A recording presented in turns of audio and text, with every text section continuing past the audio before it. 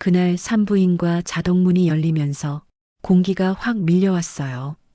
무거운 유리문이 레일 위를 미끄러지며 낸 둔탁한 소리가 귓속을 먹먹하게 만들었고 그 순간 제 심장이 먼저 멈춰버렸습니다. 문이 활짝 열리자 그 안에서 두 사람이 나왔어요. 제 남편 재훈이와 제 친정 여동생 민지가 팔짱을 낀 채로요.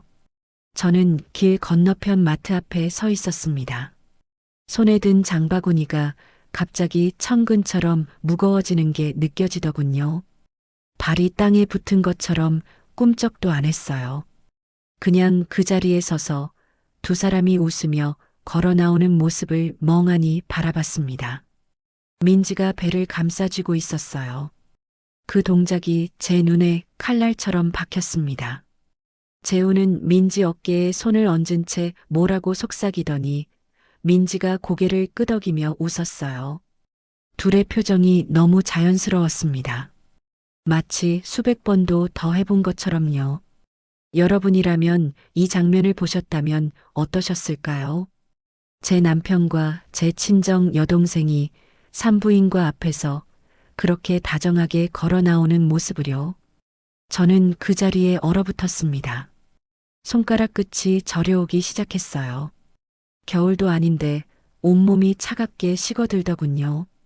숨을 쉬고 있는 건지도 잘 모르겠었습니다. 그냥 두 사람이 점점 멀어지는 뒷모습만 눈에 들어왔어요. 민지가 먼저 저를 발견했습니다. 고개를 돌렸다가 제 눈과 마주친 순간 민지 얼굴이 하얗게 질렸어요. 입술이 파르르 떨리더니 재훈 팔을 잡아당겼습니다. 재훈도 고개를 돌렸어요. 저와 눈이 마주쳤습니다. 그 순간이 참 길게 느껴졌어요. 실제로는 몇 초도 안 됐을 텐데 제겐 몇 분처럼 느껴졌습니다. 재훈 얼굴에서 모든 표정이 사라지더군요. 그냥 멍하니 저를 바라봤어요. 변명도 놀람도 미안함도 없이요. 민지가 제게 다가왔습니다. 억지로 웃는 얼굴로요. 언니, 왜 여기 있어? 제 입에서 말이 안 나왔습니다. 목구멍이 바짝 타들어가는 것 같았어요. 민지는 계속 웃으며 제 팔을 잡았습니다. 그 손이 차갑게 느껴졌어요. 저는 재훈을 봤습니다. 재훈은 여전히 그 자리에 서서 저를 바라보고 있었어요. 아무 말도 하지 않았습니다. 그냥 입술만 꾹 다문 채로요. 그제야 제 입이 열렸습니다. 너희 둘이 왜 여기 있어? 제 목소리가 떨렸어요. 민지가 재빨리 대답했습니다. 아, 그게 언니, 내가 요즘 몸이 안 좋아서 재훈 오빠가 병원 데려다 준 거야. 민지 눈이 이리저리 흔들렸어요. 거짓말하는 사람 특유의 그 눈빛이었습니다. 저는 그걸 알았어요. 하지만 그 순간엔 인정하고 싶지 않았습니다.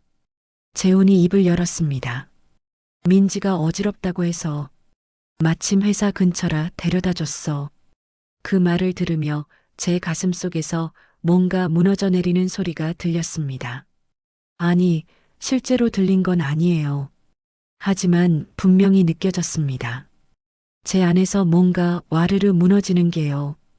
저는 고개를 끄덕였습니다. 왜 그랬는지 모르겠어요. 그냥 본능적으로 고개가 움직였습니다. 믿고 싶었던 걸까요? 아니면 그 자리에서 무너지기 싫었던 걸까요? 그랬구나. 몸조리 잘해. 제 입에서 나온 말이 제 귀에도 이상하게 들렸습니다. 너무 차분했어요. 마치 남의 일처럼요.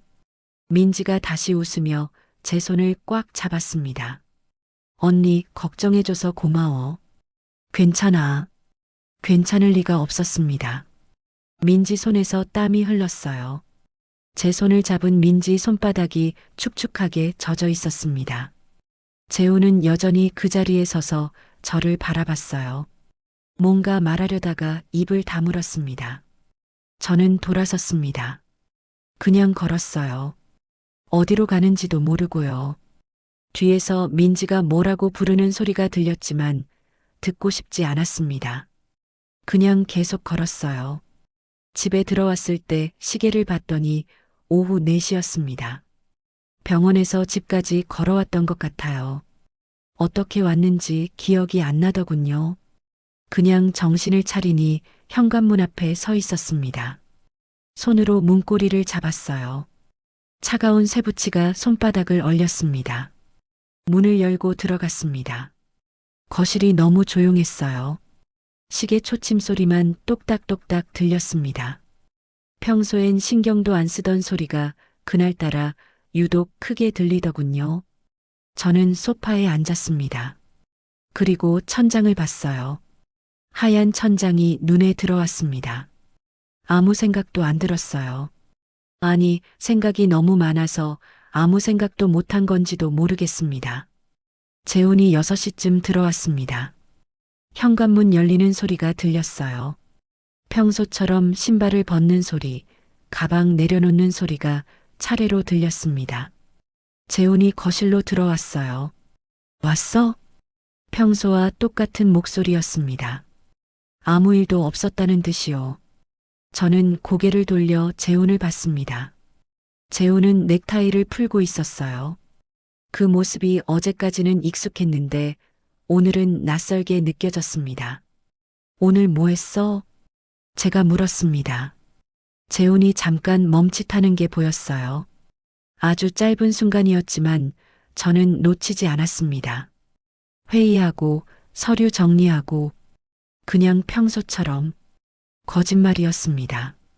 오늘 오후에 재훈은 산부인과 앞에 있었으니까요. 하지만 저는 따지지 않았어요.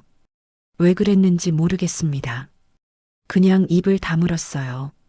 재훈이 부엌으로 갔습니다. 냉장고 여는 소리가 들렸어요.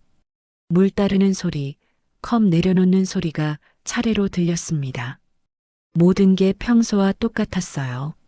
하지만 제겐 모든 게 다르게 느껴졌습니다. 저는 소파에서 일어났습니다. 방으로 들어가서 침대에 누웠어요. 눈을 감았습니다. 하지만 잠이 오지 않았어요. 오늘 본 장면이 자꾸만 떠올랐습니다. 재훈과 민지가 팔짱을 끼고 걸어 나오던 모습, 민지가 배를 감싸 쥐던 손, 재훈이 민지 어깨에 얹었던 손, 그 모든 게 눈앞에 선명하게 그려졌어요. 저는 이불을 머리까지 뒤집어 썼습니다. 그래도 그 장면들이 사라지지 않았어요. 오히려 더 선명해지는 것 같았습니다. 밤새 뒤척였습니다. 재훈이 옆에 누웠는데도 전혀 느껴지지 않았어요. 아니, 느껴지는데 느끼고 싶지 않았는지도 모르겠습니다. 재훈 숨소리가 들렸어요. 규칙적이고 잔잔한 숨소리였습니다. 평온하게 잠든 사람의 숨소리요. 저는 눈을 떴습니다. 어둠 속에서 천장을 바라봤어요. 새벽 3시였습니다. 저는 결심했습니다. 내일부터 확인해 보기로요. 다음 날 아침 재훈은 평소처럼 출근했습니다. 현관문이 닫히는 소리가 들렸어요. 저는 침대에 누운 채로 그 소리를 들었습니다. 발소리가 복도를 따라 멀어지더니 엘리베이터 타는 소리가 희미하게 들렸어요. 저는 일어났습니다. 거실로 나가서 재훈 옷장을 열었어요. 정장들이 가지런히 걸려 있었습니다. 저는 하나하나 주머니를 뒤졌어요. 아무것도 나오지 않았습니다. 명함, 영수증, 그런 평범한 것들 뿐이었어요. 가방을 뒤지고 싶었습니다. 하지만 재훈은 가방을 들고 나갔어요. 저는 서재로 갔습니다. 재훈 책상 서랍을 열었어요. 서류들이 정리되어 있었습니다. 하나하나 꺼내서 봤습니다. 별다른 건 없었어요. 그때 책상 구석에서 휴대폰 충전기를 발견했습니다. 재훈이 예전에 쓰던 거였어요. 그리고 그 옆에 오래된 휴대폰이 하나 있었습니다. 저는 그걸 집어들었어요. 전원을 켰습니다. 화면이 켜지더니 비밀번호를 요구했어요. 저는 재훈 생일을 눌렀습니다. 틀렸습니다. 제 생일을 눌렀어요. 또 틀렸습니다. 결혼기념일을 눌렀습니다. 틀렸어요. 저는 휴대폰을 내려놨습니다. 더 이상 시도하면 잠길 것 같았어요. 재훈 옷에서 낯선 냄새가 났던 게 생각났습니다. 어제 재훈이 벗어둔 셔츠를 들고 코를 가져다 댔어요. 희미하게 향수 냄새가 났습니다. 제가 쓰는 향수가 아니었어요. 민지가 쓰는 향수였습니다. 제 코끝이 찌릿했습니다. 셔츠를 놓았어요. 손이 떨렸습니다. 저는 소파에 앉아서 휴대폰을 꺼냈어요. 민지에게 전화를 걸까 하다가 멈췄습니다. 뭐라고 말해야 할지 몰랐어요. 대신 문자를 보냈습니다. 민지야, 어제 몸은 좀 어때? 곧바로 답장이 왔습니다. 언니 많이 나아졌어. 걱정해줘서 고마워. 저는 휴대폰을 내려놨습니다. 민지 목소리가 떠올랐어요. 어제 산부인과 앞에서 저를 보고 당황하던 얼굴, 억지로 웃으며 손을 잡던 그 순간이요. 저는 결심했습니다. 직접 확인하기로요. 더 이상 눈 감고 있을 수는 없었어요. 그날 산부인과 앞에서 느꼈던 그 차가운 전율이 지금도 등골을 타고 내려와요. 그 순간으로 돌아가 보면 참 이상해요. 왜 그때 바로 따지지 않았을까요? 왜 그냥 돌아섰을까요? 지금 생각하면 이해가 안 되는 제 행동이었습니다. 하지만 그때 저는 인정하고 싶지 않았던 것 같아요. 제 남편과 제 친정 여동생이 그런 관계일 거라는 걸요. 차라리 제가 잘못 본 거라고 착각한 거라고 믿고 싶었습니다. 민지와 저는 어릴 때부터 참 가까웠어요. 5살 터울이었지만 저는 민지를 진짜 친구처럼 아꼈습니다. 민지도 저를 따랐어요. 언니, 언니 하면서 저한테 매달렸죠. 제가 재훈을 만났을 때 민지가 가장 기뻐했습니다. 제 결혼식 날 민지가 부케를 받았어요. 민지가 웃으며 말했습니다. 언니, 나도 언니처럼 좋은 사람 만날 거야. 그 말이 아직도 귓가에 맴돕니다. 민지가 정말 좋은 사람을 만나길 바랐어요. 그런데 설마 그 사람이 제 남편일 줄은 몰랐습니다. 재훈과 저는 10년을 함께 살았습니다. 10년이요.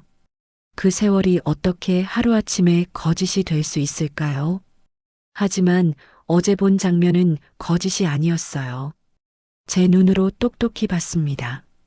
저는 방바닥에 앉아서 결혼 사진을 꺼내봤습니다.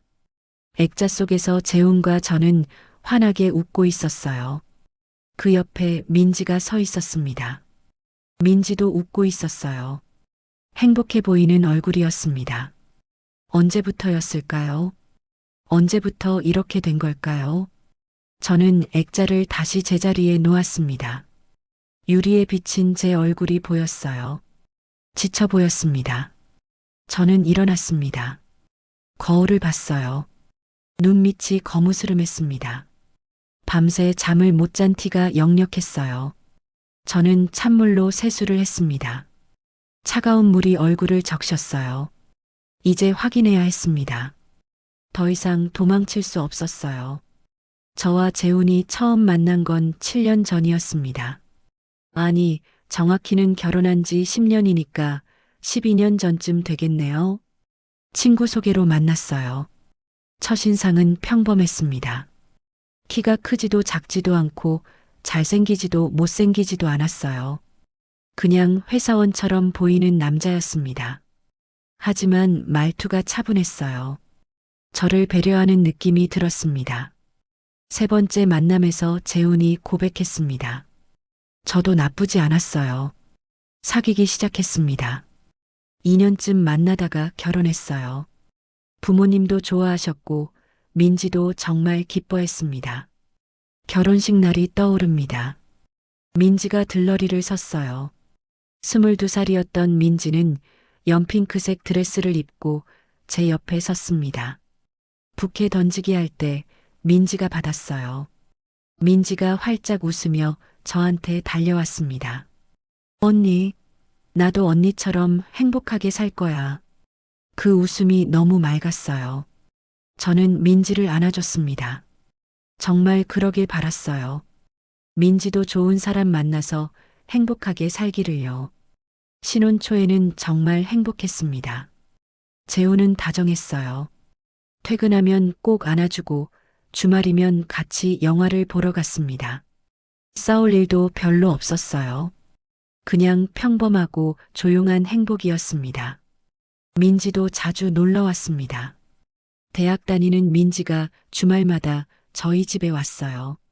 저는 좋았습니다. 동생이랑 같이 있는 시간이 즐거웠거든요. 재훈도 민지를 편하게 대했어요.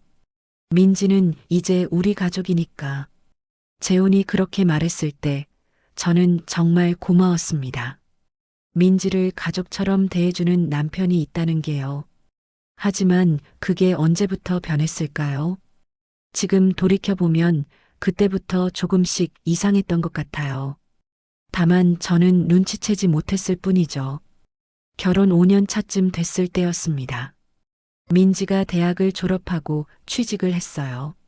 작은 회사였지만 민지는 만족스러워했습니다. 저도 기뻤어요. 그런데 민지가 더 자주 저희 집에 오기 시작했습니다. 처음엔 당연하다고 생각했어요. 회사 생활 힘들면 언니한테 와서 푸는 거지, 뭐. 저도 그랬으니까요. 하지만 민지가 올 때마다 재훈이 있었습니다. 주말뿐만 아니라 평일 저녁에도요. 민지가 전화하면 재훈이 먼저 받았어요. 민지야, 저녁 먹었어? 안 먹었으면 놀러 와. 언니가 좋아할 거야. 저는 물론 좋았습니다. 하지만 가끔은 좀 이상했어요.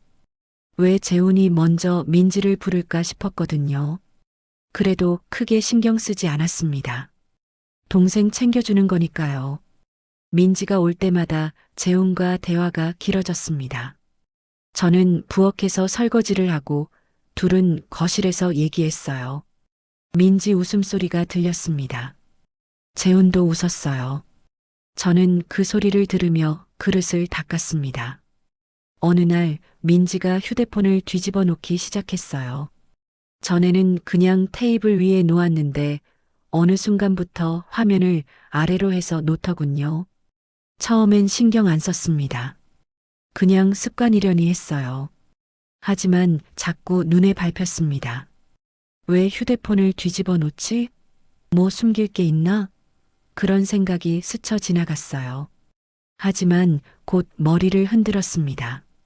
설마 민지가 무슨 숨길 게 있겠어요. 재훈도 이상했습니다.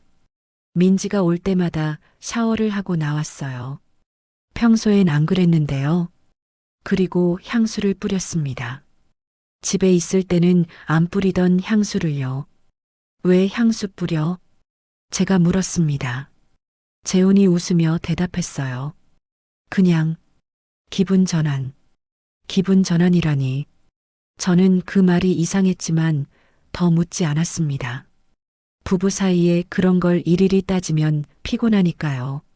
민지가 제 옷을 입기 시작한 것도 그 즈음이었습니다. 저희 집에 오면 편한 옷으로 갈아입었어요. 제 옷장을 뒤지더니 마음에 드는 걸 꺼내 입었습니다. 언니, 이거 입어도 돼? 저는 당연히 좋다고 했어요. 동생이 언니 옷 입는 거야 당연하잖아요. 하지만 민지가 재훈 셔츠를 개는 걸 봤을 때는 좀 이상했습니다. 민지야, 그건 내가 할게. 제가 말했습니다. 민지가 웃으며 대답했어요. 아니야, 언니. 나 심심해서. 언니는 쉬어. 그렇게 말하며 민지는 재훈 셔츠를 정성스럽게 개었습니다. 너무 정성스럽게요. 마치 제가 아니라 민지 남편 옷을 개는 것처럼요. 저는 그 모습을 보며 가슴 한구석이 불편했습니다. 하지만 뭐라고 말할 수는 없었어요. 그냥 도와주는 건데 뭐라고 하겠어요. 작년 겨울쯤부터였습니다. 재훈이 새벽에 나가기 시작했어요. 처음엔 일주일에 한 번 정도였습니다. 그러다가 점점 잦아졌어요. 새벽 5시쯤이면 재훈이 일어났습니다. 슬그머니 침대에서 빠져나가는 소리가 들렸어요. 옷 입는 소리, 현관문 여는 소리가 차례로 들렸습니다. 그리고 복도를 걷는 발소리가 멀어졌어요. 처음엔 저도 물었습니다. 어디가? 회사.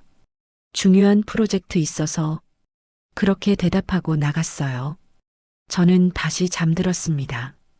재훈이 열심히 일하는구나. 그렇게 생각했어요. 하지만 한 달이 지나도 프로젝트는 끝나지 않았습니다. 2달이 지나도 마찬가지였어요.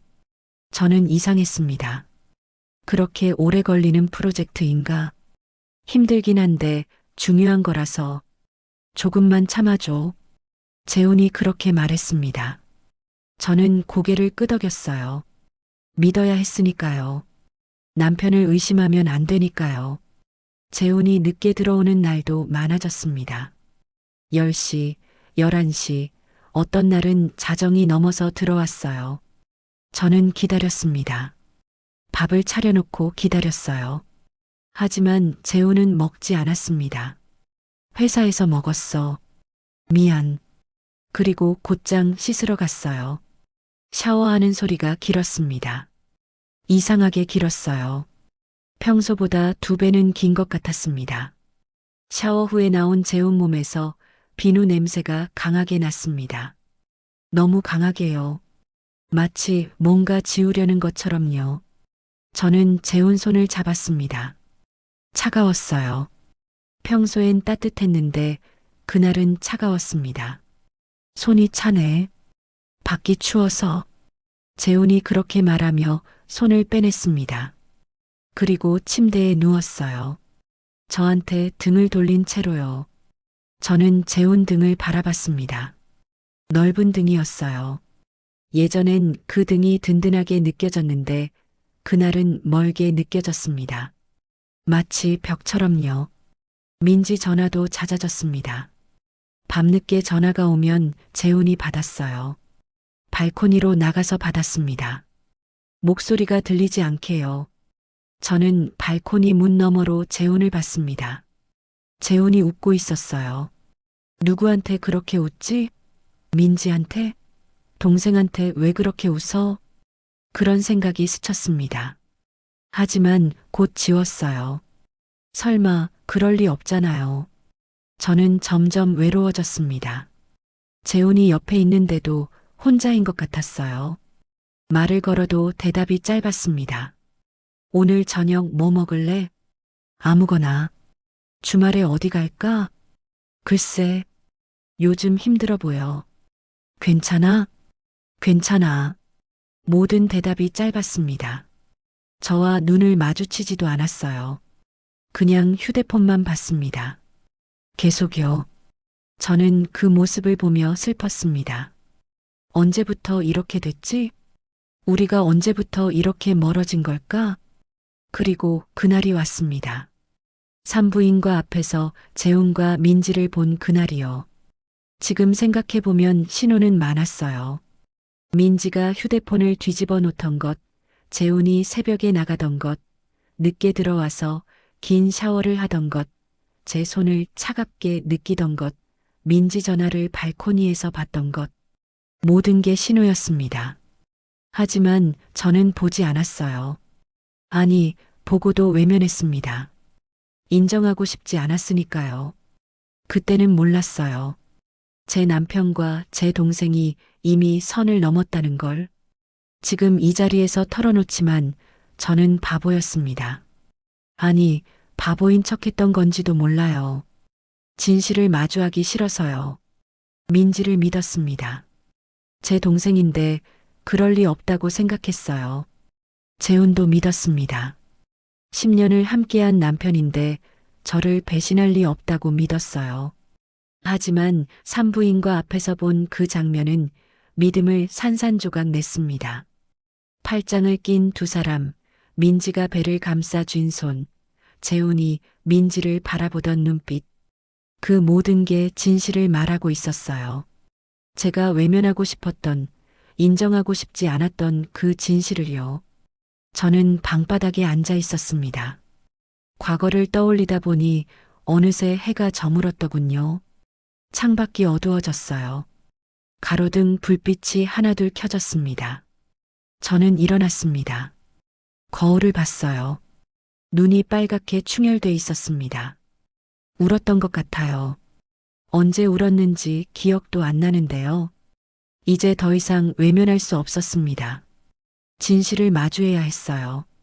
아무리 아파도, 아무리 받아들이기 싫어도요. 저는 결심했습니다. 증거를 찾기로요. 확실한 증거를요. 다음 날 저는 민지에게 전화를 걸었습니다. 손이 떨렸어요. 통화 버튼을 누르기까지 한참이 걸렸습니다. 언니 왜? 민지 목소리가 평소와 똑같았습니다. 밝고 경쾌했어요. 아무 일도 없는 것처럼요. 민지야, 오늘 시간 있어? 언니가 놀러 갈까? 제 목소리도 평소처럼 만들려고 애썼습니다. 민지가 잠깐 망설이는 소리가 들렸어요. 오늘? 응, 괜찮아. 올래? 응. 점심 같이 먹자. 전화를 끊고 나서 저는 한참 동안 앉아 있었습니다. 가슴이 두근거렸어요. 떨리는 건지 두려운 건지 구분이 안 됐습니다. 민지 집에 가서 뭘 찾을 수 있을까? 혹시 아무것도 없으면 어쩌지? 아니, 차라리 없는 게 나을지도 몰라요. 저는 옷을 입었습니다. 거울을 봤어요. 얼굴이 창백했습니다. 볼에 색을 좀 넣었어요. 이상하게 보이면 안 되니까요. 립스틱도 발랐습니다. 평소처럼요. 민지 집까지 가는 동안 머릿속이 복잡했습니다. 정말 이래도 되는 걸까? 동생 물건을 몰래 뒤지는 게 맞는 걸까? 하지만 다른 방법이 없었어요. 물어볼 수도 없었고요. 민지 집 앞에 도착했습니다. 초인종을 눌렀어요. 문이 열렸습니다. 민지가 웃으며 나왔어요. 언니 왔어? 들어와. 민지는 평소와 똑같았습니다. 밝은 얼굴로 저를 맞이했어요. 저는 억지로 웃으며 안으로 들어갔습니다. 민지 집은 작았습니다. 원룸이었어요. 하지만 깔끔하게 정리돼 있었습니다. 저는 소파에 앉았어요. 민지가 물을 따라왔습니다. 언니, 갑자기 웬일이야? 그냥 민지 보고 싶어서. 민지가 환하게 웃었습니다. 그 웃음이 진짜인지 가짜인지 알 수가 없었어요. 저는 컵을 들었습니다. 물을 한 모금 마셨어요. 목이 타들어갔습니다. 우리는 이런저런 얘기를 했습니다. 민지 회사 얘기, 최근 본 영화 얘기, 날씨 얘기. 평범한 대화였어요. 하지만 제 귀엔 하나도 안 들어왔습니다. 저는 민지 가방만 보고 있었어요. 소파 옆에 놓인 가방이었습니다. 큰 가방이었어요. 민지가 자주 들고 다니는 거였습니다. 그 안에 뭔가 있을지도 몰라요. 언니, 잠깐만. 화장실 좀. 민지가 일어났습니다. 화장실로 갔어요. 문 닫히는 소리가 들렸습니다. 저는 주위를 둘러봤습니다. 조용했어요. 심장이 미친 듯이 뛰었습니다. 지금이다. 지금 아니면 기회가 없어. 저는 민지 가방 쪽으로 손을 뻗었습니다. 지퍼를 잡았어요. 금속 지퍼가 손끝에 차갑게 느껴졌습니다. 천천히 열었어요. 소리가 나지 않게요. 가방 안이 보였습니다. 지갑, 화장품, 수첩, 영수증 몇 장. 저는 영수증을 꺼냈어요. 손이 떨렸습니다. 서연삼 부인과 영수증 상단에 병원 이름이 적혀 있었습니다. 그 밑에 날짜가 있었어요. 지난주 화요일. 제가 목격한 바로 그날이었습니다. 제 손이 더 떨렸습니다. 영수증을 다시 가방에 넣었어요. 지퍼를 닫았습니다. 화장실 물 내리는 소리가 들렸어요. 저는 재빨리 소파에 앉았습니다. 컵을 들고 물을 마시는 척했어요. 손이 떨려서 물이 흔들렸습니다. 민지가 나왔습니다. 웃으며 다시 앉았어요. 언니, 점심 뭐 먹을래? 응, 뭐든 좋아. 제 목소리가 떨렸습니다. 민지가 이상하게 쳐다봤어요. 언니, 괜찮아? 안색이 안 좋은데. 아, 응. 어제 잠을 못 자서. 그래. 요즘 무슨 일 있어? 민지 눈이 제 눈을 들여다봤습니다. 저는 눈을 피했어요.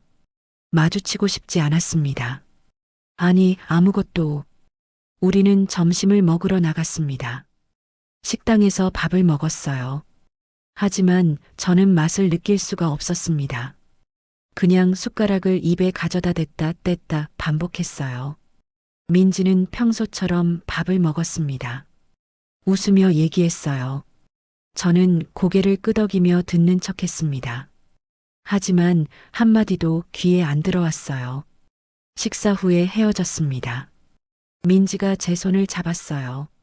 언니, 오늘 와줘서 고마워. 언니 보니까 기분이 좋아졌어. 그 말을 들으며 제 가슴이 찢어지는 것 같았습니다. 저는 억지로 웃었어요. 나도. 민지 잘 지내. 민지와 헤어져서 집으로 오는 길에 저는 멈춰 섰습니다. 길 한가운데서요. 사람들이 지나갔어요. 저를 스쳐갔습니다. 하지만 저는 움직일 수가 없었어요. 영수증, 서연산 부인과 지난주 화요일, 증거였습니다. 하지만 아직 확실하지 않았어요. 혹시 다른 이유로 갔을 수도 있잖아요. 저는 더 확실한 걸 찾아야 했습니다. 이틀 후, 저는 서연산 부인과를 찾아갔습니다. 병원 앞에 섰어요. 자동문이 저를 기다리고 있었습니다. 숨을 깊게 들이마셨습니다. 그리고 문을 향해 걸어갔어요. 문이 열렸습니다. 무거운 유리가 레일을 타고 옆으로 밀리며 공기가 확 밀려왔어요. 귀가 먹먹해졌습니다. 그날처럼요. 재훈과 민지를 봤던 그날처럼요. 안으로 들어갔습니다. 대기실이 보였어요. 사람들이 앉아 있었습니다. 임신한 여자들, 남편과 함께 온 부부들, 모두 행복해 보였어요. 저는 접수처로 갔습니다. 젊은 직원이 웃으며 맞이했어요. 어떻게 오셨어요? 저기 확인 좀 하고 싶은 게 있어서요. 예약하셨나요? 아니요. 그게 아니라 혹시 여기 다니는 사람 확인할 수 있나요? 직원 얼굴이 조금 굳어졌습니다. 개인정보라서요. 본인 아니시면 확인이 어려운데요. 제 동생이에요. 몸이 안 좋다고 해서 여기 왔다는데 확인하고 싶어서요. 거짓말이었습니다. 하지만 달리 방법이 없었어요. 직원이 난처한 표정을 지었습니다. 그래도요. 규정상 제발이요. 동생이 무슨 일이 있는 건지 확인만 하고 싶어요. 제 목소리가 떨렸습니다. 직원이 저를 봤어요. 잠깐 망설이더니 한숨을 쉬었습니다. 이름이 어떻게 되세요? 민지요. 김민지. 직원이 컴퓨터를 봤습니다. 키보드를 두드렸어요. 저는 숨을 참았습니다. 심장이 터질 것 같았어요. 김민지님 맞네요. 최근에 오셨네요. 제 다리에 힘이 빠졌습니다. 정말이었어요. 민지가 정말 여기 왔던 거였습니다. 혹시 보호자 이름도 확인할 수 있나요? 직원이 다시 난처한 표정을 지었습니다. 그건 정말 제발이요. 제가 간청했습니다. 직원이 주위를 둘러보더니 작은 목소리로 말했어요. 보호자 성함이 김재훈 씨로 되어 있네요. 그 말을 듣는 순간 제 귀에서 윙 하는 소리가 났습니다. 눈앞이 하얘졌어요. 다리가 휘청거렸습니다. 벽을 잡았어요. 괜찮으세요? 직원이 놀라서 일어났습니다. 저는 고개를 저었어요. 괜찮아요. 감사합니다. 저는 돌아서서 나왔습니다. 대기실을 지나 밖으로 나갔어요. 자동문이 닫혔습니다. 공기가 다시 밀려왔어요. 제 몸이 휘청거렸습니다. 벤치에 앉았습니다. 손이 떨렸어요. 온몸이 떨렸습니다. 김재훈, 보호자 김재훈, 제 남편이었습니다. 민지 보호자가 제 남편이었어요. 집에 돌아왔습니다. 어떻게 왔는지 기억이 안 나요. 그냥 정신을 차리니 집 앞에 서 있었습니다. 문을 열고 들어갔어요. 조용했습니다. 재우는 아직 안 들어왔어요. 저는 소파에 앉았습니다. 증거, 확실한 증거, 병원 영수증, 보호자 이름. 하지만 뭔가 더 필요했어요. 결정적인 거요. 저는 일어났습니다. 재훈 서재로 갔어요. 책상 서랍을 열었습니다. 이틀 전에 봤던 오래된 휴대폰이 있었어요. 휴대폰을 집어들었습니다. 전원을 켰어요. 화면이 켜졌습니다. 비밀번호를 요구했어요. 이번엔 다른 번호를 눌렀습니다. 민지 생일이었어요. 화면이 열렸습니다. 제 손이 떨렸습니다. 문자 목록을 열었어요. 민지한테 온 문자들이 가득했습니다. 오빠, 오늘 병원 가는 거 비밀이야. 언니한테 들키면 안 돼. 조심해. 오빠 보고 싶어. 언제 볼 수 있어? 우리 아기 건강하대. 오빠 기뻐. 하나하나 읽으며 제 눈에서 눈물이 흘렀습니다. 손이 떨려서 휴대폰을 잡을 수가 없었어요. 바닥에 떨어뜨렸습니다. 사진첩을 열었습니다. 민지 사진이 있었어요. 민지 혼자 찍은 사진, 재훈과 민지가 같이 찍은 사진, 민지가 배를 만지고 있는 사진도 있었습니다. 그 사진을 보는 순간 뭔가 치밀어 올랐어요. 토할 것 같았습니다. 저는 화장실로 달려갔어요. 변기에 엎드렸습니다. 개원했어요. 아무것도 안 나왔지만 계속 구역질이 났습니다. 초음파 사진. 민지 가방에서 봤던 그 초음파 사진이 떠올랐습니다. 임신 10주 차. 뱃속 아기가 사람 형태를 갖춰가는 시기예요. 산모는 병원을 자주 방문하게 되는 때죠. 10주. 2달 하고도 2주가 더 된 거예요. 그 기간 동안 민지와 재호는 이미 그런 관계였다는 거잖아요. 저는 바닥에 주저앉았습니다. 차가운 타일이 무릎을 얼렸어요. 눈물이 멈추지 않았습니다. 증거를 찾으면 찾을수록 제 삶이 얼마나 거짓 위에 있었는지 깨달았어요. 10년. 재훈과 10년을 살았습니다. 민지와는 30년을 자매로 살았어요. 그 모든 세월이 무너져 내렸습니다. 한순간에요. 저는 바닥에 누웠습니다. 눈을 감았어요. 하지만 어둠 속에서도 그 사진들이 보였습니다.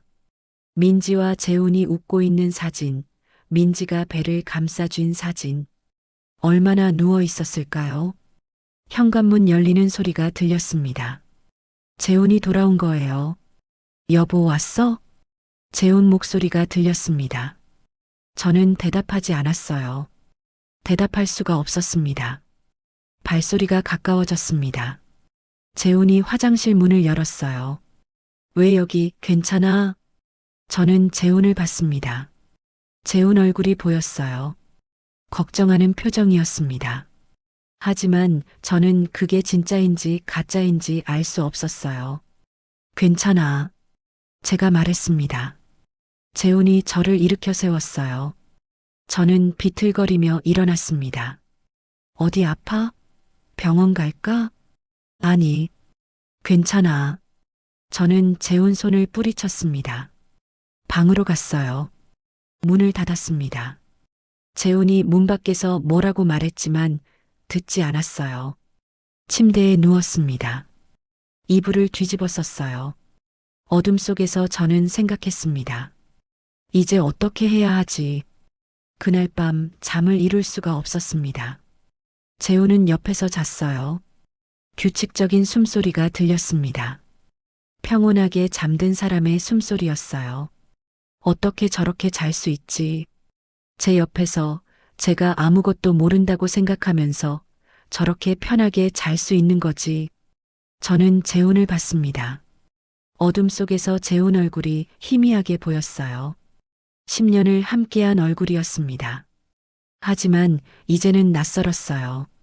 이 사람을 사랑했었나? 정말 사랑했었나? 아니면 사랑하는 척 했던 걸까? 잘 모르겠습니다. 지금은 아무것도 확실하지 않아요. 저는 일어났습니다. 거실로 나갔어요. 소파에 앉아서 휴대폰을 꺼냈습니다. 오래된 휴대폰이요. 재훈이 민지와 주고받았던 문자들이 담긴 휴대폰이요. 하나하나 다시 읽었습니다. 읽으면 읽을수록 가슴이 아팠어요. 하지만 멈출 수가 없었습니다. 저는 진실을 알아야 했어요. 모든 걸요.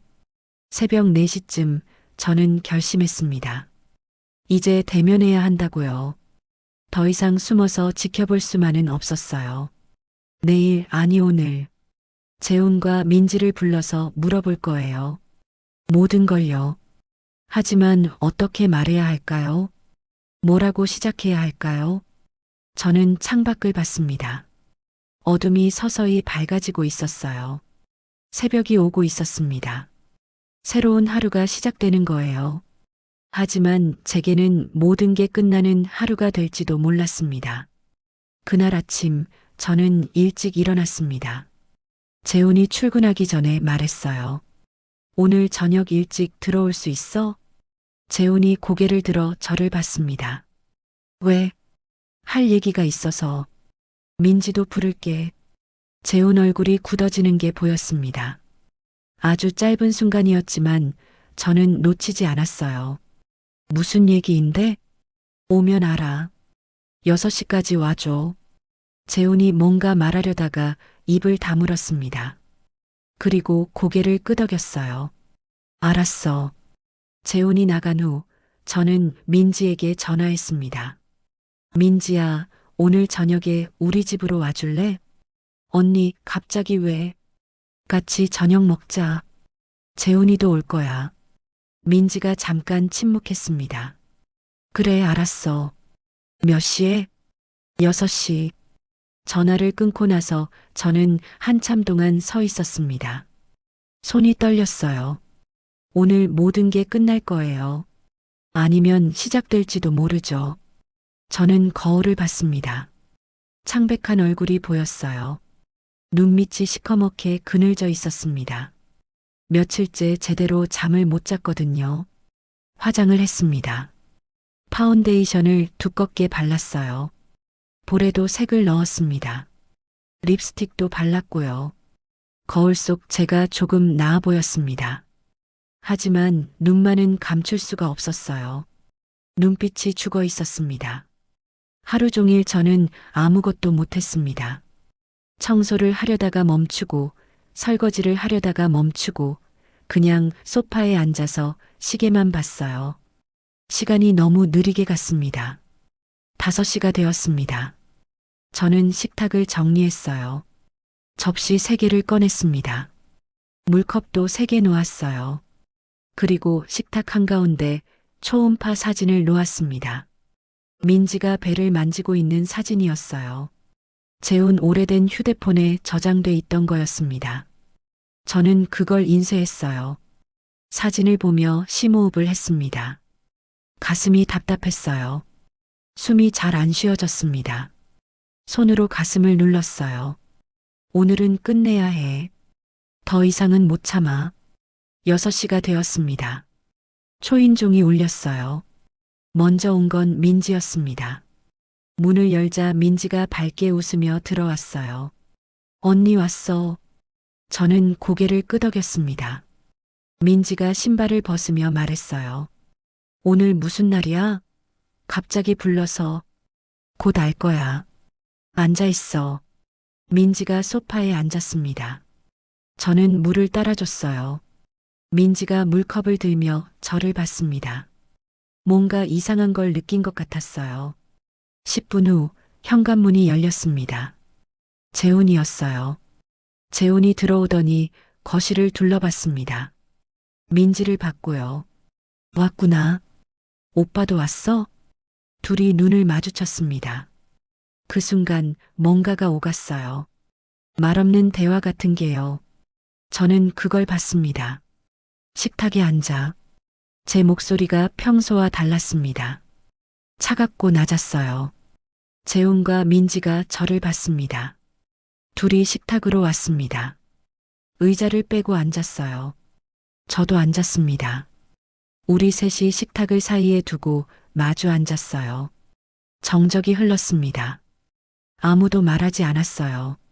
시계 초침 소리만 똑딱똑딱 들렸습니다. 저는 식탁 위 물컵을 잡았습니다. 유리가 손끝에 차갑게 느껴졌어요. 떨리는 손으로 물을 한 모금 마셨습니다. 이제 말해야 해. 지금 아니면 안 돼. 저는 숨을 깊게 들이마셨습니다. 그리고 입을 열었어요. 물어볼 게 있어. 제 목소리가 떨렸습니다. 재훈과 민지가 저를 봤어요. 너희 둘 무슨 사이야? 민지 얼굴이 하얗게 질렸습니다. 재훈은 표정이 없었어요. 그냥 저를 바라봤습니다. 무슨 소리야? 거짓말하지 마. 나 다 알아. 저는 초음파 사진을 꺼냈습니다. 식탁 위에 던졌어요. 사진이 두 사람 앞에 떨어졌습니다. 이게 뭐야? 민지가 사진을 봤습니다. 손이 떨렸어요. 재훈도 사진을 봤습니다. 아무 말도 하지 않았어요. 산부인과, 보호자 이름 김재훈, 임신 10주 차. 이게 다 뭐냐고. 제 목소리가 커졌습니다. 손으로 식탁을 쳤어요. 물컵이 흔들렸습니다. 민지가 입을 열었습니다. 언니, 말해. 뭐라고 변명할 건데. 민지 눈에서 눈물이 흘렀습니다. 하지만 저는 동정심이 들지 않았어요. 오히려 화가 났습니다. 언니 미안해. 나도 어쩔 수가 없었어. 어쩔 수 없었다고? 내 남편이랑 그런 짓을 하고도 어쩔 수 없었다고? 민지가 고개를 숙였습니다. 어깨가 떨렸어요. 우는 것 같았습니다. 저는 재훈을 봤습니다. 재훈은 여전히 아무 말도 하지 않았어요. 그냥 테이블을 내려다보고 있었습니다. 당신은 할 말 없어? 재훈이 고개를 들었습니다. 저를 봤어요. 그 눈빛에 미안함은 없었습니다. 오히려 짜증이 섞여 있었어요. 뭘 어떻게 하길 바라는데. 그 말을 듣는 순간 제 머릿속이 하얘졌습니다. 뭘 어떻게 하길 바라냐고? 지금 이 상황에서? 뭐라고? 이미 벌어진 일인데. 뭘 어떻게 하길 바라냐고. 재훈이 한숨을 쉬었습니다. 마치 제가 귀찮은 사람인 것처럼요. 솔직히 말할게. 나 민지 좋아해. 그리고 민지도 날 좋아해. 그 말이 칼처럼 제 가슴을 찔렀습니다. 숨이 막혔어요. 그럼 나는? 10년을 함께 산 나는 뭐야? 당신도 알잖아. 우리 관계가 벌써 끝난 거. 내가 언제 그랬어? 언제 끝났다고 그래? 말은 안 했지만 당신도 느꼈을 거야. 우리 사이가 예전 같지 않다는 거. 저는 할 말을 잃었습니다. 재훈이 계속 말했어요. 당신은 날 이해 못 해줬어. 힘들 때도 지칠 때도 그냥 당신 하고 싶은 대로만 했지. 그게 이유야? 그래서 내 동생이랑 바람을 피운 거야? 민지는 날 이해해줬어. 민지는 날 필요로 했고. 제 손이 떨렸습니다. 주먹을 쥐었어요. 손톱이 손바닥을 파고들었습니다. 민지가 입을 열었습니다. 언니 정말 미안해. 하지만 나도 행복할 자격이 있잖아. 그 말을 듣는 순간 뭔가가 끊어졌습니다. 제 안에서 뭔가가 툭 하고 끊어지는 소리가 들렸어요. 민지가 계속 말했습니다. 언니는 항상 행복했잖아. 좋은 남편 있고 좋은 집 있고 나는 항상 언니 그늘에 가려져 있었어. 제 입이 열렸습니다. 그래서 내 남편을 빼앗은 거야? 빼앗은 게 아니야. 재훈 오빠가 나한테 온 거야. 민지 목소리에 냉소가 섞여 있었습니다. 전에는 듣지 못했던 목소리였어요. 언니는 원래 눈치 없잖아. 그래서 재훈 오빠가 힘들어했어. 그 순간이었습니다. 제 안에 있던 모든 게 폭발했어요. 내가 뭔데? 제 목소리가 변했습니다. 낮고, 차갑고, 날카로웠어요. 내가 감히 뭔데? 내 남편을. 민지가 얼어붙었습니다. 저를 올려다봤어요. 내 가족을 다 망가뜨려. 저는 일어났습니다. 의자가 뒤로 밀렸어요. 바닥을 긁는 소리가 났습니다. 너, 내가 뭘 안다고, 내가 뭘 이해한다고. 민지 얼굴이 하얗게 질렸습니다. 30년을 자매로 살았어. 30년을. 그런데 너는 그걸 다 버렸어. 언니, 나한테 언니라고 부르지 마. 넌 이제 내 동생이 아니야. 민지 눈에서 눈물이 흘렀습니다. 하지만 저는 멈출 수 없었어요. 그리고 저는 재혼을 받습니다. 10년이야. 우리가 10년을 살았어. 10년을. 그런데 그게 다 거짓말이었어? 그런 게 아니라. 닥쳐. 너 말하지 마. 재혼이 입을 다물었습니다. 저를 올려다봤어요. 힘들면 말을 하지. 이해 못 해준다고 생각하면 얘기를 하지. 왜 내 동생한테 가?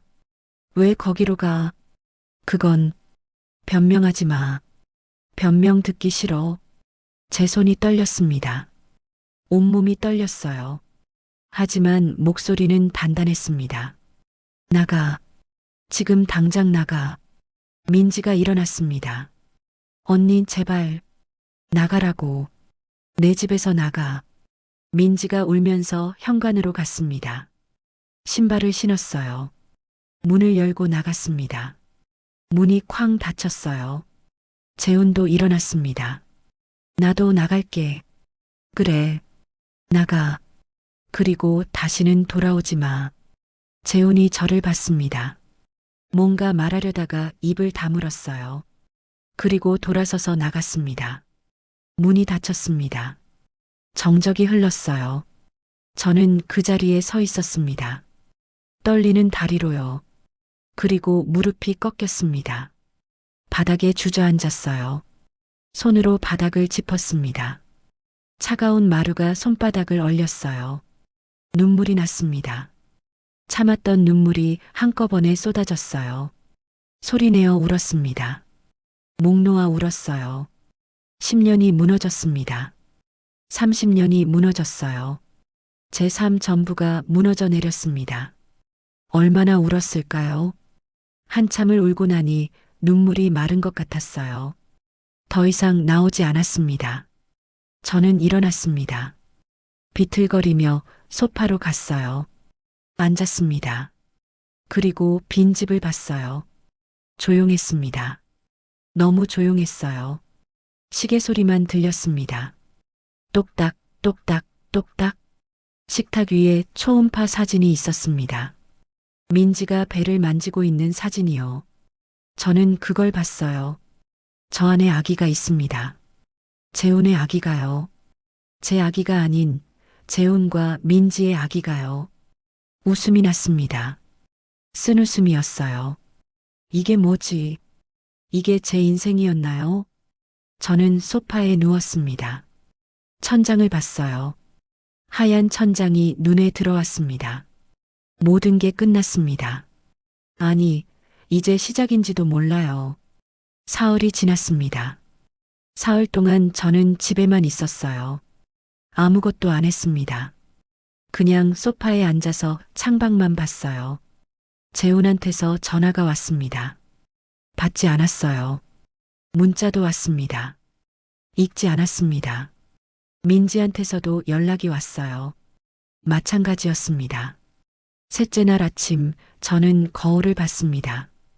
귀신 같은 얼굴이 보였어요. 머리는 헝클어져 있고 눈은 퉁퉁 부어 있었습니다. 저는 샤워를 했습니다. 뜨거운 물을 틀었어요. 물이 몸을 적셨습니다. 한참을 서 있었어요. 물이 차가워질 때까지요. 샤워를 마치고 나와서 옷을 입었습니다. 단정하게요. 그리고 화장을 했어요.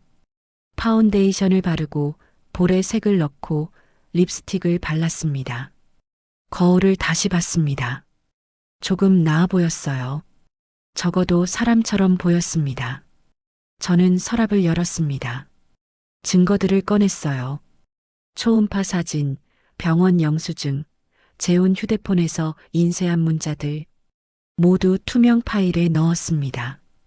이제 알려야 했습니다. 부모님께요. 집을 나섰습니다. 택시를 탔어요. 기사님께 친정 주소를 말했습니다. 차가 출발했어요. 가는 동안 저는 창밖을 봤습니다. 사람들이 걸어 다녔어요.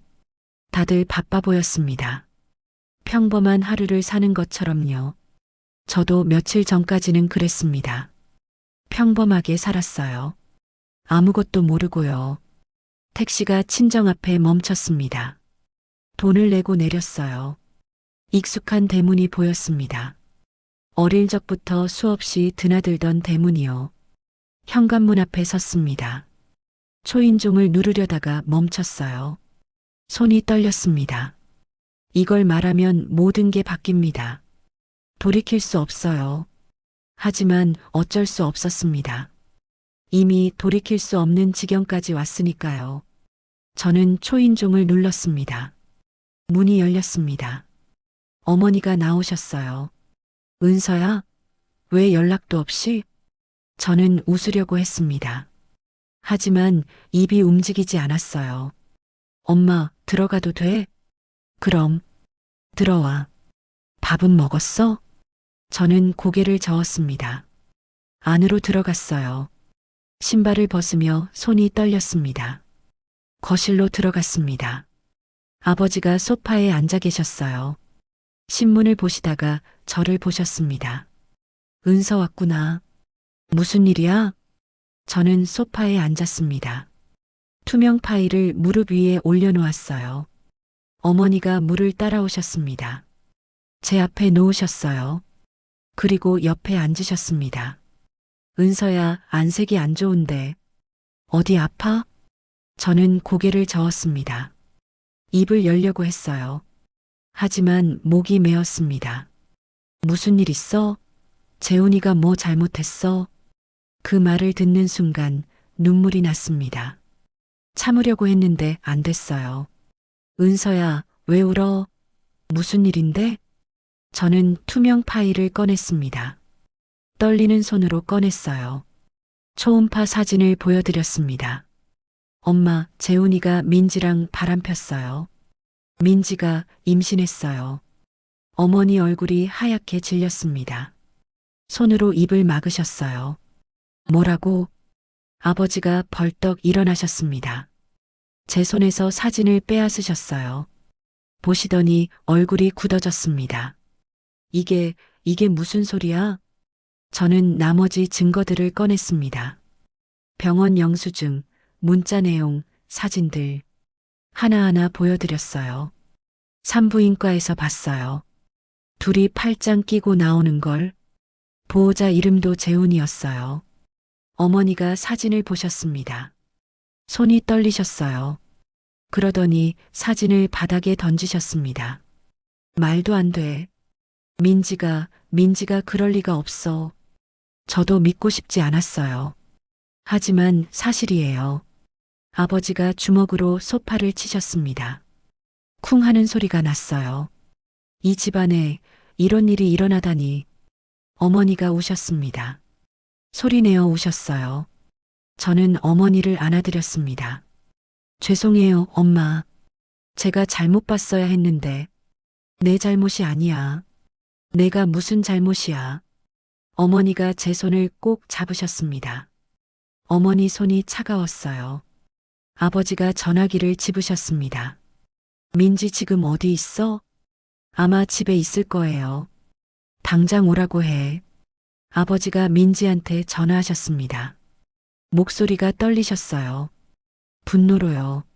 민지야, 지금 당장 집으로 와. 지금 당장. 전화를 끊으셨습니다. 그리고 다시 앉으셨어요. 손으로 얼굴을 감싸셨습니다. 우리는 아무 말 없이 앉아 있었습니다. 시간이 얼마나 지났을까요? 현관문이 열리는 소리가 들렸습니다. 엄마, 아빠, 왜 그러세요? 민지 목소리였습니다. 거실로 들어오더니 저를 봤어요. 얼굴이 굳어졌습니다. 언니, 아버지가 일어나셨습니다. 민지한테 다가가셨어요. 그리고 손을 드셨습니다. 여보, 어머니가 아버지를 말리셨습니다. 아버지 손이 공중에 멈췄어요. 떨리고 계셨습니다. 이게 사실이냐? 민지가 고개를 숙였습니다. 대답이 없었어요. 대답해. 내 언니 남편이랑 그런 짓을 했냐? 민지가 고개를 끄덕였습니다. 아주 작게요. 아버지가 비틀거리셨습니다. 소파에 주저앉으셨어요. 손으로 가슴을 움켜쥐셨습니다. 여보, 괜찮아? 어머니가 놀라서 아버지 옆으로 가셨어요. 저도 일어났습니다. 괜찮아, 괜찮아. 아버지가 손을 저으셨습니다. 하지만 괜찮아 보이지 않으셨어요. 얼굴이 창백하셨습니다. 아버지가 민지를 보셨습니다. 내가 어떻게 그럴 수가 있니? 내 언니한테 어떻게? 민지가 울기 시작했습니다. 죄송해요. 죄송해요. 어머니가 민지한테 다가가셨습니다. 그리고 손을 드셨어요. 뺨을 때리셨습니다. 찰싹 소리가 났어요. 너는 이제 내 딸이 아니야. 민지가 뺨을 감싸쥐고 울었습니다. 어머니도 우셨어요. 나가. 지금 당장 나가. 엄마, 나가라고 했어. 어머니가 소리치셨습니다. 민지가 뒤로 물러났어요. 그리고 돌아서서 나갔습니다. 현관문이 쾅 닫혔어요. 복수는 달콤하지 않았어요. 그저 더 이상 속지 않겠다는 다짐뿐이었죠. 그날 저녁 저는 시댁에 전화했습니다. 시어머니가 받으셨어요. 은서야, 무슨 일이야? 어머님, 할 말씀이 있어서요. 지금 시간 괜찮으세요? 그래, 말해봐. 저는 숨을 깊게 들이마셨습니다. 재훈 씨가 바람을 폈어요. 전화 너머로 침묵이 흘렀습니다. 뭐라고? 제 친정 여동생이랑요. 여동생이 임신까지 했어요. 그게 무슨 소리야? 증거 보내드릴게요. 저는 전화를 끊었습니다. 그리고 증거 사진들을 시어머니 문자로 보냈어요. 10분 후 시어머니한테서 전화가 왔습니다. 은서야, 이게 정말이야? 네. 재훈이가 어떻게 그럴 수가. 시어머니 목소리가 떨렸습니다. 저는 이제 이혼할 거예요. 서류 준비 중이에요. 은서야, 미안하다. 정말 미안해. 어머님 잘못 아니에요. 저는 전화를 끊었습니다. 며칠 후 친정 어머니한테서 전화가 왔습니다. 은서야, 민지가 우리 집에서 쫓겨났어. 네. 시댁에서 알고 난리가 났나 봐. 민지가 갈 데가 없다는데. 저는 아무 말도 하지 않았습니다. 은서야, 그래도 민지가. 엄마, 저는 모르는 일이에요. 그래도 민지가 선택한 거예요. 책임은 민지가 져야죠. 전화를 끊었습니다. 손이 떨렸어요. 하지만 후회는 없었습니다. 재훈한테서도 연락이 왔습니다. 이혼 서류 받았어. 정말 이러는 거야? 당연하죠. 위자료는 너무한 거 아니야? 변호사랑 상의해서 정한 거예요. 불만 있으면 법원에서 봐요. 은서야. 저는 전화를 끊었습니다. 더 이상 들을 말이 없었어요. 친척들 사이에 소문이 퍼졌습니다. 친정 친척들, 시댁 친척들 모두 알게 됐어요. 재훈과 민지가 무슨 짓을 했는지요. 민지한테서 문자가 왔습니다. 언니 미안해. 나갈 데가 없어. 도와줘. 저는 문자를 지웠습니다. 읽지 않은 걸로 했어요. 재훈도 문자를 보냈습니다. 다들 나한테 연락 안 해. 회사에도 소문났어. 이게 다 내가 한 거야? 저는 답장하지 않았습니다. 한 달이 지났습니다. 이혼 서류가 진행 중이었어요. 변호사 선임하고 재산 분할 협의하고 모든 절차를 밟았습니다. 재혼은 저항했습니다. 위자료가 너무 많다고 재산 분할이 불공평하다고 했어요. 하지만 증거가 확실했습니다. 법은 제 편이었어요. 민지는 어디론가 사라졌습니다. 친정에도 안 오고 연락도 안 됐어요. 들리는 소문으론 재혼이랑도 헤어졌다고 했습니다. 저는 혼자 지냈습니다. 집에서요. 조용했어요. 너무 조용했습니다. 가끔 거울을 봤습니다. 야윈 얼굴이 보였어요. 10kg은 빠진 것 같았습니다. 친구 수진이 전화했습니다. 은서야, 밥 먹자. 너 너무 마른 것 같아. 괜찮아. 괜찮을 리가 있어. 나와. 내가 밥 사줄게. 저는 나갔습니다. 수진을 만났어요. 수진이 저를 보더니 눈물을 글썽였습니다. 은서야, 많이 힘들었지. 저는 고개를 저었습니다. 괜찮아. 이제 끝났어. 그래도 그 둘 때문에 내가 이렇게 됐잖아. 내가 선택한 거야. 후회 없어. 밥을 먹었습니다. 수진이 계속 반찬을 제 앞에 놓았어요. 저는 먹으려고 애썼습니다. 하지만 목으로 안 넘어갔어요. 은서야, 이제 어떻게 할 거야? 이혼하고 새로 시작할 거야. 혼자? 응, 혼자. 수진이 제 손을 잡았습니다. 힘들면 언제든 연락해. 내가 옆에 있을게. 고마워. 집으로 돌아오는 길에 저는 하늘을 봤습니다. 해가 지고 있었어요. 붉은 노을이 퍼졌습니다. 예쁜 노을이었어요. 하지만 슬펐습니다. 모든 게 끝나가고 있었습니다. 석 달 후 법원에 갔습니다. 이혼 조정 날이었어요. 변호사 선생님이 옆에 계셨습니다. 서류를 확인하셨어요. 은서 씨, 마지막으로 확인할게요. 위자료 5천만 원, 재산 분할 6대 4로 합의됐어요. 동의하시죠? 네. 친권은 해당 사항 없고요. 이혼 후에는 서로 연락하지 않기로 합의됐습니다. 친권이라는 단어가 귀에 걸렸습니다. 민지가 낳을 아이 얘기였어요. 그 아이는 재혼 아이니까요. 하지만 제 아이는 아니었습니다. 친권이라는 건 이혼할 때 아이를 누가 키울지 정하는 법적 절차예요. 하지만 저와는 상관없는 일이었습니다. 이제 조정실 들어가시면 됩니다. 저는 고개를 끄덕였습니다. 조정실 앞에 섰어요. 문이 닫혀 있었습니다. 숨을 깊게 들이마셨습니다. 손이 떨렸어요. 마지막이구나. 정말 끝이구나. 문이 열렸습니다. 안으로 들어갔어요. 재훈이 앉아 있었습니다. 저와 눈이 마주쳤어요. 재훈은 수척해져 있었습니다. 얼굴이 많이 야윈 것 같았어요.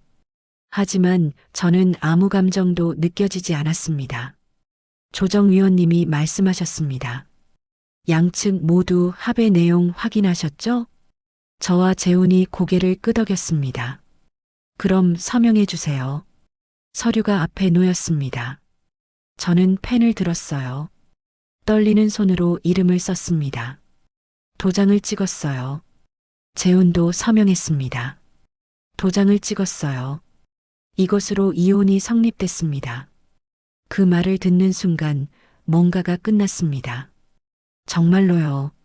저는 일어났습니다. 재훈을 보지 않았어요.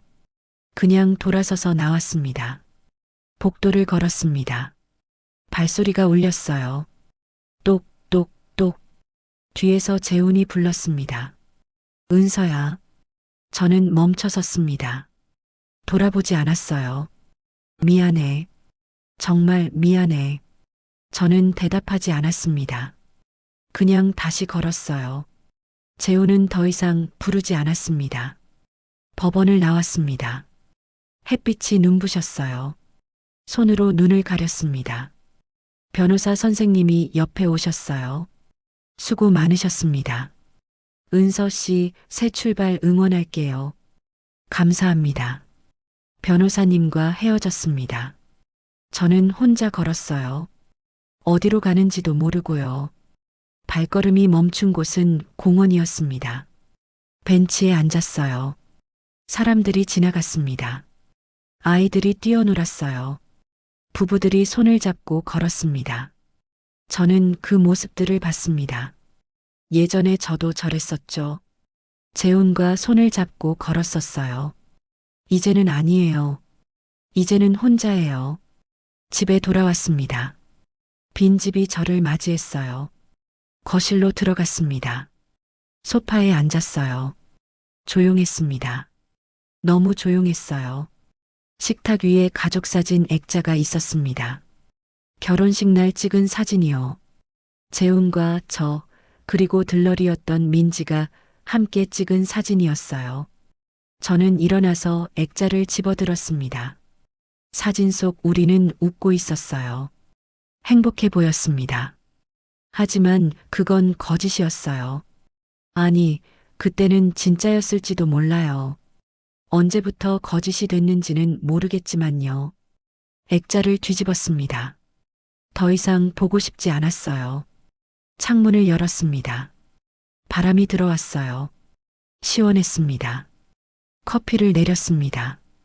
컵에 따라서 소파에 앉았어요. 커피를 마셨습니다. 쓴맛이 혀에 남았어요. 핸드폰이 울렸습니다. 어머니였어요. 은서야, 이혼했다며? 네, 엄마. 괜찮아?